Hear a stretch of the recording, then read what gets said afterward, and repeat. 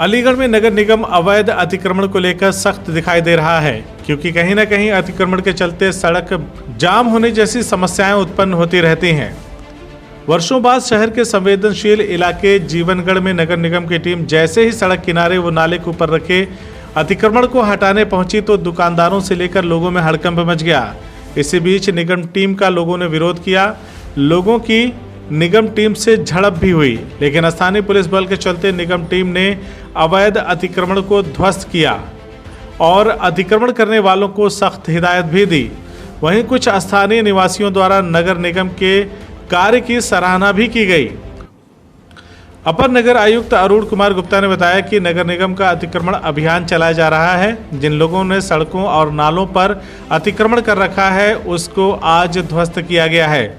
अतिक्रमण अभियान जीवनगढ़ से लेकर केला नगर चौराहा तक चलाया गया है और सभी दुकानदारों को पहले ही निगम द्वारा हिदायत दी गई थी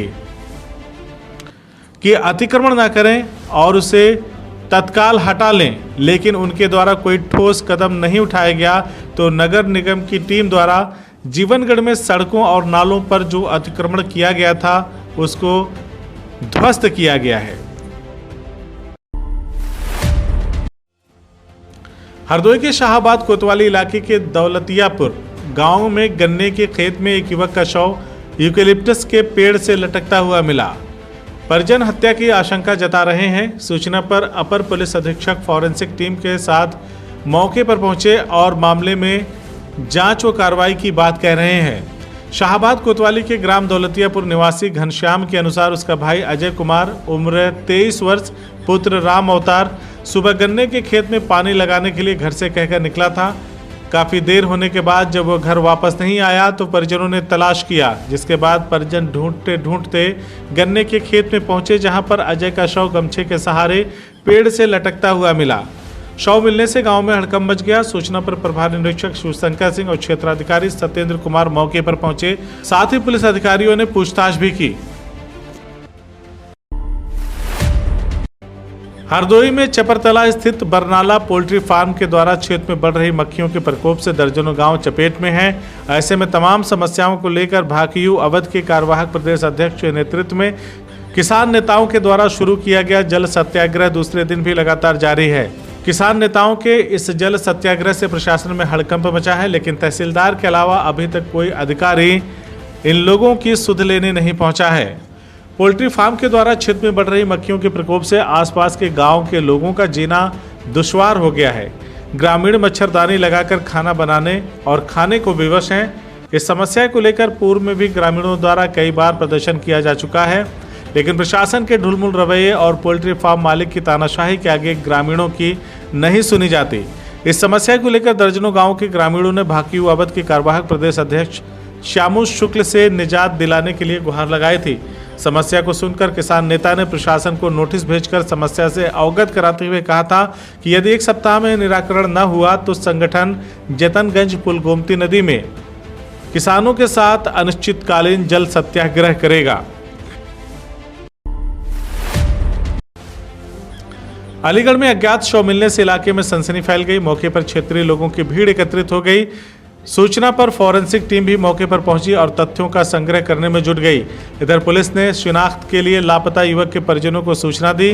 परिजन शिनाख्त करने मौके पर पहुंचे और अज्ञात युवक के शव की शिनाख्त कर ली। बताया जा रहा है कि संजीव उर्फ राजू उम्र 32 वर्ष के रूप में शव की शिनाख्त की गई है। शिनाख्त होते ही परिजनों का रो रो करके बुरा हाल हो गया।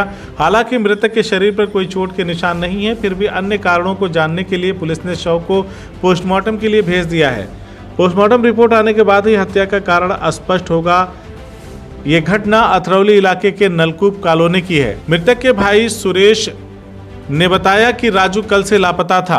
परिजनों ने खूब ढूंढा लेकिन कहीं पता न चला। सुबह होते ही सूचना मिली कि एक अज्ञात शव पड़ा हुआ है। सूचना पर परिजन मौके पर पहुंचे और शव की शिनाख्त कर ली। शव की शिनाख्त छोटे भाई सुरेश ने अपने बड़े भाई राजू के रूप में की है। सुरेश ने बताया कि टेंशन के चलते वो कल घर से निकल गए और वापस घर नहीं लौटे। फिलहाल पुलिस ने हत्या का कारण जानने के लिए शव को पोस्टमार्टम के लिए भेज दिया है।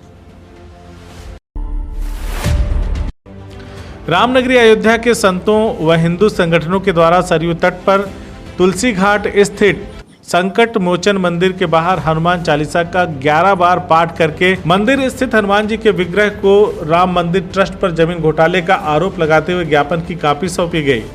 प्रकरण में निष्पक्ष जांच की मांग को लेकर आने वाले दिनों में जल सत्याग्रह व परिक्रमा के विषय में भी विचार किया गया। अयोध्या के संतों ने कहा कि ट्रस्ट में भ्रष्टाचार के आरोप हैं, इसकी निष्पक्ष जांच सरकार को करनी चाहिए। ट्रस्ट के लोगों के इशारे पर बाहरी तत्व उल्टा सीधा बयान क्यों दे रहे हैं?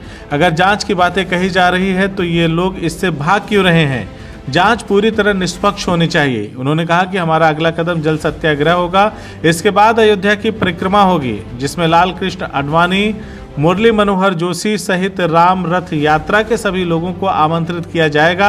अगर जांच निष्पक्ष नहीं होती तो इसे एक बृहद जन आंदोलन का रूप दिया जाएगा। आंदोलन को समर्थन देने पहुंचे शिवसेना प्रमुख व बाबरी विध्वंस के आरोपी संतोष दुबे, हिंदू महासभा के राष्ट्रीय प्रवक्ता अधिवक्ता मनीष पांडे शामिल हुए।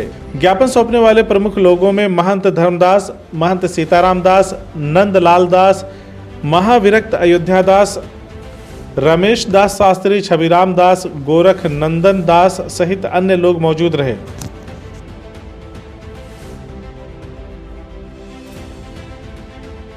CIB इंडिया न्यूज की सभी खबरों को देखने के लिए लाल रंग की बटन को दबाकर चैनल को सब्सक्राइब जरूर करें, घंटी जरूर दबाएं ताकि हमारी सभी खबरों के नोटिफिकेशंस आप तक पहुंचते रहें।